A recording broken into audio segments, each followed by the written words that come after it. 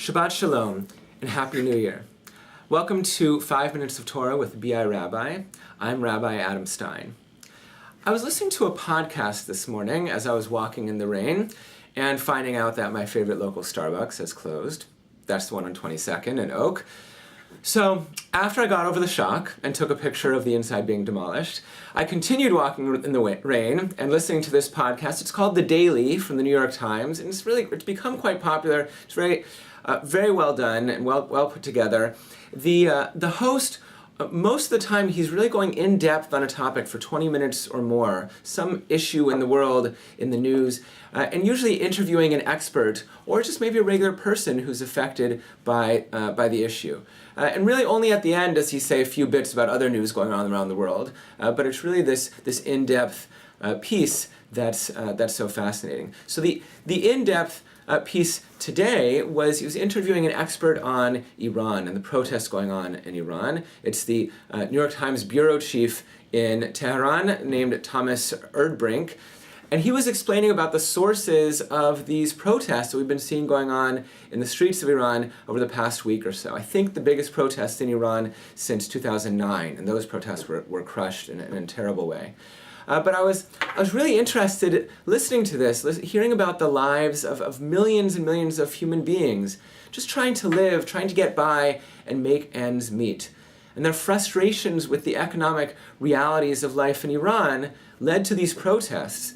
But it was really the promises, or unfulfilled promises, by the relatively new president, Hassan Rouhani, that gave rise to those frustrations. Now, in our Parsha this week, Parshat Shemot, there's also a new political leader, a new king of Egypt, or a pharaoh, as we know him famously. He comes to the power in the beginning of Parshat Shemot, the beginning of the book of Shemot, book of Exodus, and maybe he makes promises to his people as well. We don't know all of what he said to his people because our Torah isn't meant to be a historical record, or at least not a complete historical record, but maybe he made promises like, you will have food to eat, you won't have any more famines, there'll be clean water in the Nile, or you'll have faster internet. Actually, that was a Rouhani promise in Iran. But one thing that Torah does tell us is this: these Israelites are too numerous. Let us be wise with them. It's a great phrase, hava nidchak malo, or let us be smart about this, and enslave them so that when we go to war, they will not rise up and join with our enemies. And that's how we get enslaved in Egypt.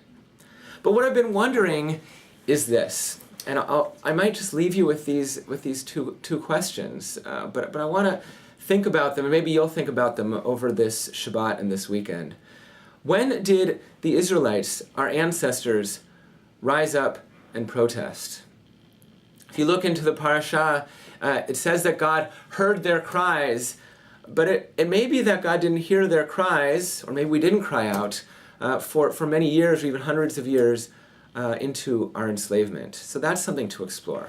But also, maybe this is more important, when did the Egyptians rise up and protest? Or did they at all? Did they ever go out into the streets and protest the regime of the Pharaoh? Say that enslaving these people is terrible. We shouldn't be doing this to our neighbors. So these questions, I think, for me, might lead to perhaps a couple lessons from this parasha.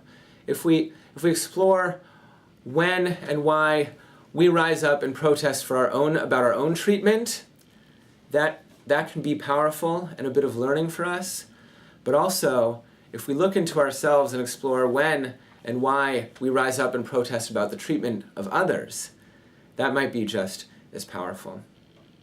So I'll leave you with those two questions, and mention as I sign up that even though it's the winter, the air is cold and wet, we still have a couple programs coming up. Certainly Minyan every day, twice a day, and Shabbat as always.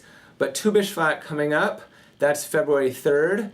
On a Saturday morning, we have a great speaker talking about nature and a Tu B'Shvat Seder for kids during the service. But first, during this month, January, on the 27th, we have a family Havdalah program. Great program with singing, activities for kids, and of course, Havdalah. That's Saturday night, the 27th. So see you there, and again, Shabbat Shalom and Happy New Year.